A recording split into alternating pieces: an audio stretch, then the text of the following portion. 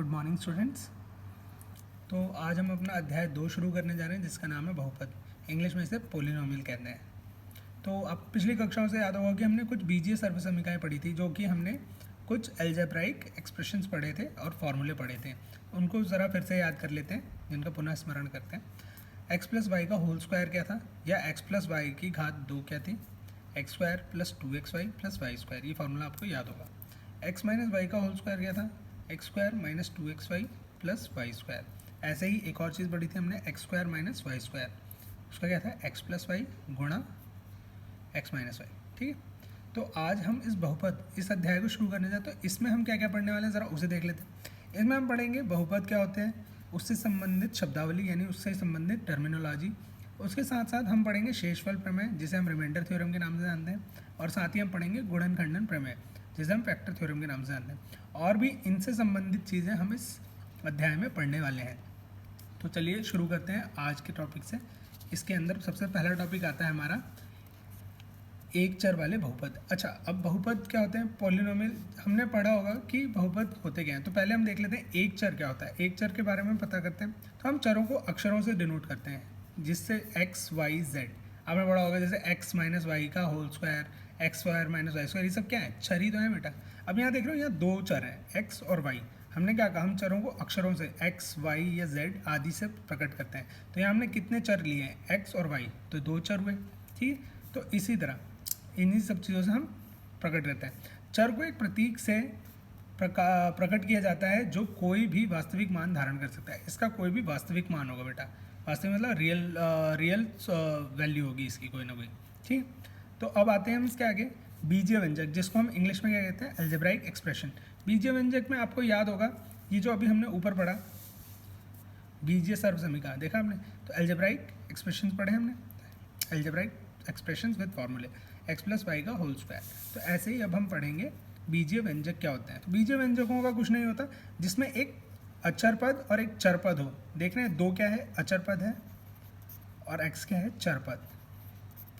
तो हमने बोला कि हम चरों को किससे दिखाते हैं, एक्स वाई जेड से, और ये दो तीन चार क्या होते हैं, ये अचर पद होते हैं, जो कि फिक्स होते हैं, हमेशा फिक्स वैल्यू होते हैं। जैसे 2x 3x minus x minus 1/2x, तो इसमें माइनस 1/2 हुआ अचर और x हुआ चर पद। तो एक चर वाले बहुपद क्या होते हैं।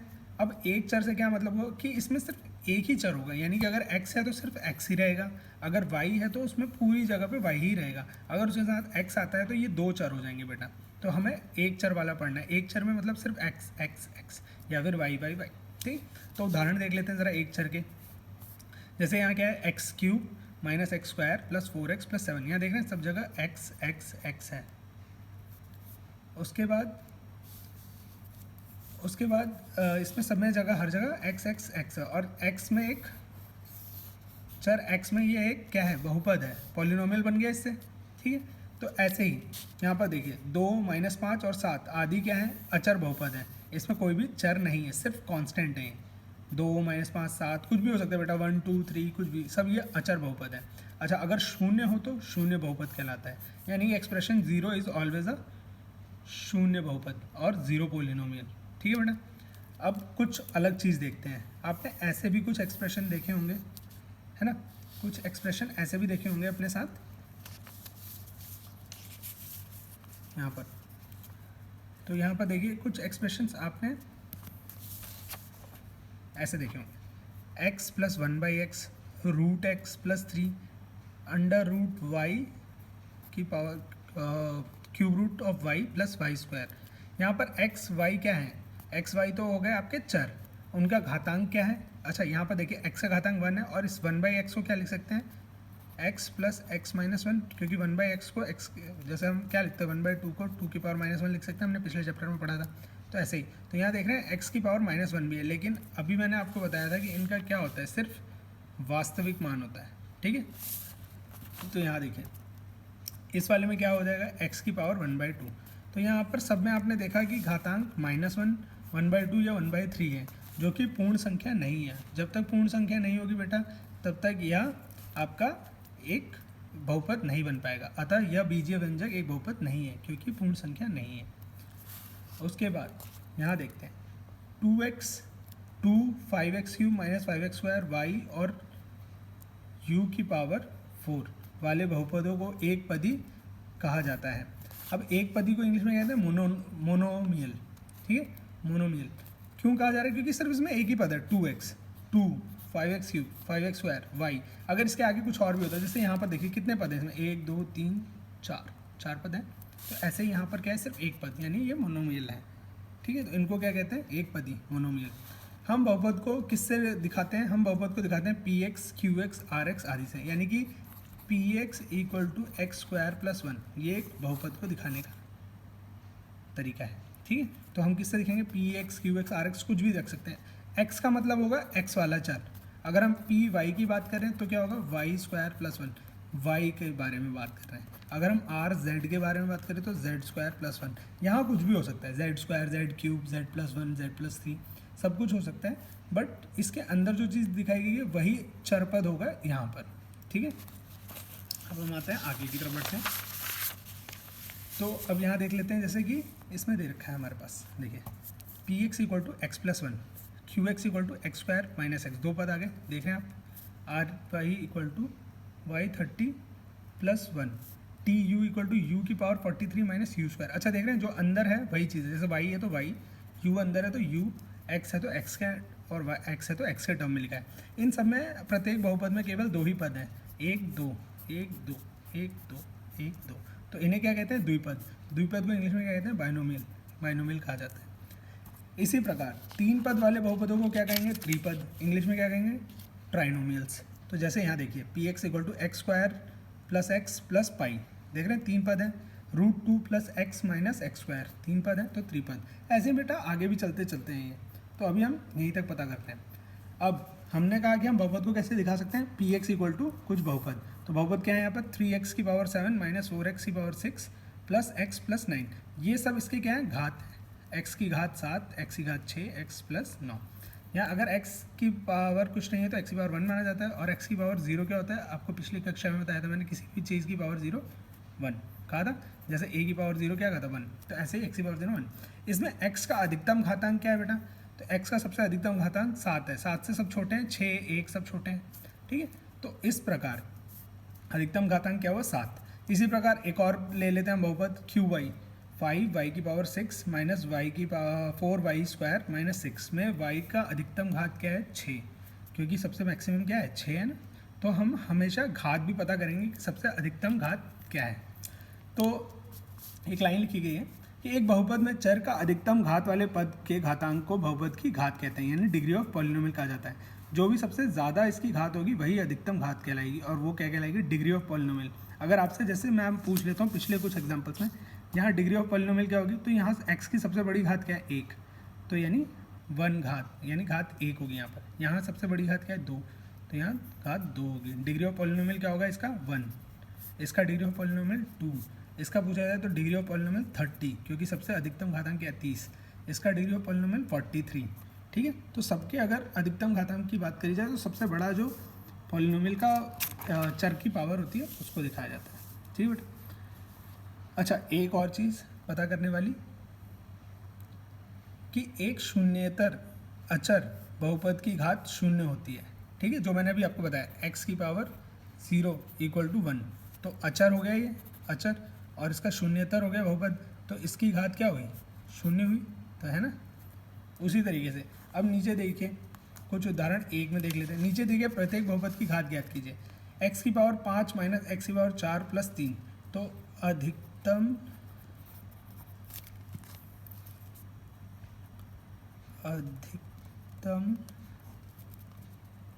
x की अधिकतम घात 5 है, तो इस बहुपद के डिग्री ऑफ बहुपद की घात क्या हुई?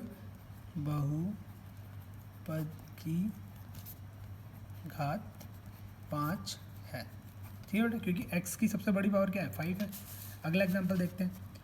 तो 2 minus y square minus y cube plus 2 y की पावर 8, यहाँ सबसे मैक्सिमम क्या है? 8 3 2, तो 8 सबसे बड़ी है, यानी y की अधिकतम घात 8 है, तो बहुपद की घात 8 है, डिग्री ऑफ पॉलिनोमियल 8 है।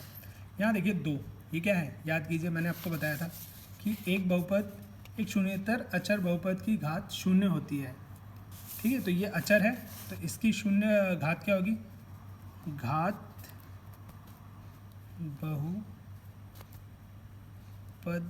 की घात यहाँ पर शून्य होगी, क्योंकि ये अचर है तो इसकी हमेशा ही शून्य होती है।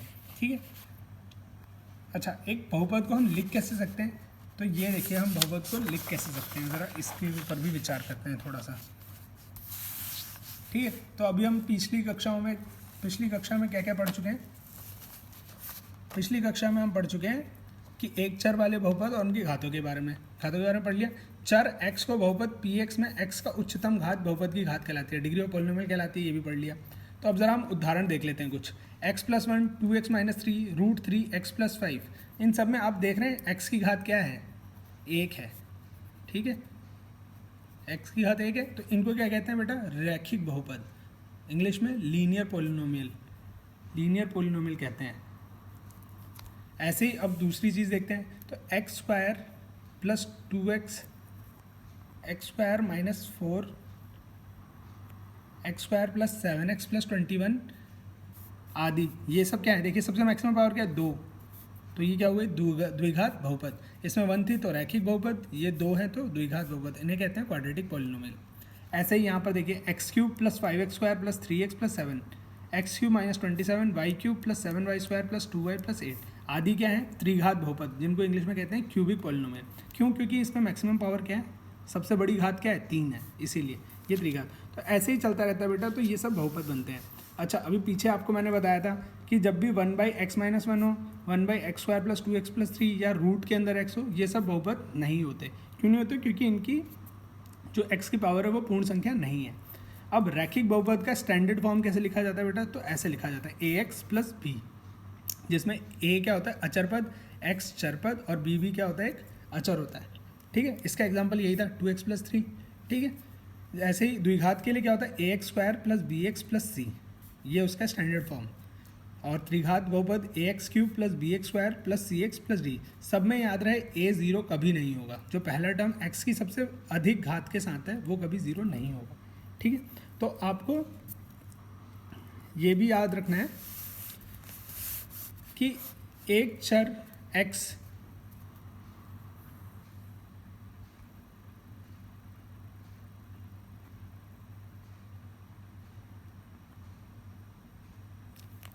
x में घात n वाला बहुपद निम्न रूप का एक व्यंजक होता है, an x⁴n, यानी सबसे अधिकतम घात के साथ an -1 xn - 1, यानी इससे कम, प्लस करते करते a1 x a0। अच्छा, अगर हम इसी चीज़ को देखना चाहें तो अगर मैं n1 मान लूँ, तो ज़रा n1 रखो, a1 x⁴1 प्लस अगला क्या होगा, a1 - 1 x⁴1 - 1, तो ये क्या हुआ, a1 x हो गया प्लस 1 - 1 a0 और x⁴1 - 1 x⁴0 जो कि होता है 1, तो सिर्फ a0 बचा। ये आपको कुछ ऐसा याद नहीं दिला रहा है, ax + b, यानी कि अगर n = 1 रखेंगे तो रैखिक बहुपद नहीं मिल जाएगा हमें।